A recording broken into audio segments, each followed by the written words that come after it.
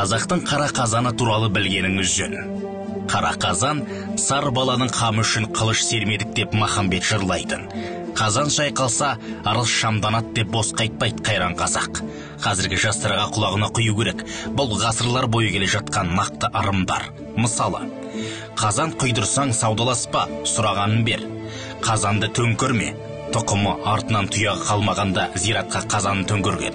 Қайтыс болған адам түске кіріп мазаласа, қазанын апарып, су толтырып басына қойған. Егер қайтыс болған адамның тұқымы артынан өле берсе, қара қазанның басына бейітке төңкерген. Ондағысы ұрпағының өлімі тоқтайды деп ырымдаған.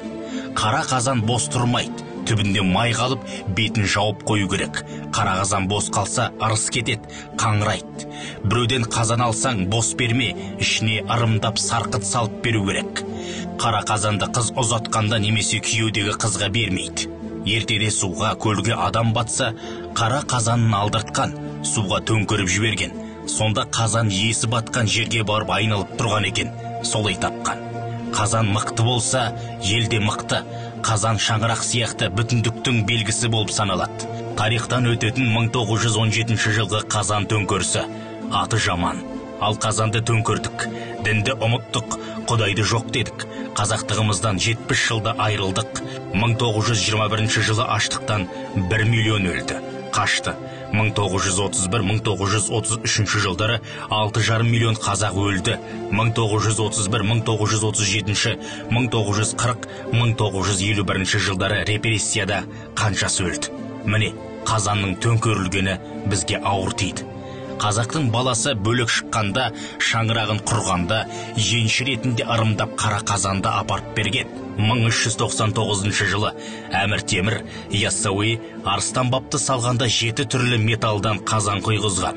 Тай қазанды құйдырғанда 7 иман дұға оқып отырған құйып біткенше. Тай қазанға 70 малдың етін салып, бір шаммен қайнатып, құрылыс салған адамдарды тамақтандырып отырған. Оны Алланың қазаны деп атады. Хадисте де бұлай делінген: кімде-кім Алла тағала үшін су құятын ыдыс жасаса, Алла тағала оған жұмақтан арнап хауыз дайындайды делінген. Осыны білген дана адамдар ғана құйдырып баласына аманат еткен. Мен өлгеннен кейін мына қазанға су толтырып жолға қой, ел су ішсін деп, су ішкен адам дұға қылған, сауабы жасаған адамға тиіп отырған.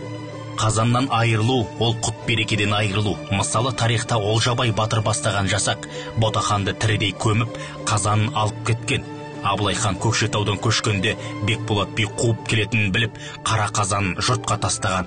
Оны көрген Бекболат түсініп, қазанға ет асып, тойып ашуы тарқап, Абылай тегін адам емес, Алланың адамы деп айтқан екен. Өлтірем деген райынан қайтыпты. Ислам тұсындағы тайқазандарда мүбәрак бат деп жазылған мағынасы құтты, берекелі болсын деген мағынада. Қазақтың Тәуке хан тұсындағы 7 жарғы заңының 7 ауыр айыбы заңнамасының бірінші айыбында қара қазан деп аталады.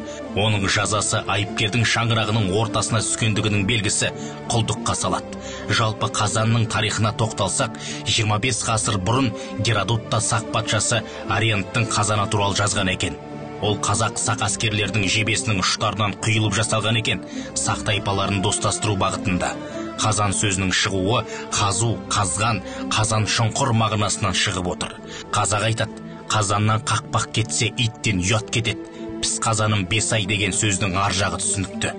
Күн Алланың оты, ошақ адамның оты десе, ол ошақта тұратын қара қазан. Сөзімді ақтан берді жыраудың айтқанымен аяқтайын. Пышақтан малым кетпесін, қазаным оттан түспесе, ауылдан топыр үзілмей, ошақтың оты үшпесе. Әумин. Ораза қабыл болсын ағайын. Әшекей бұйымдардың тылсым құпия сырлары кітабынан үзінді. Авторы Ешмағамбетов Бауыржан Сатыбалдыұлы.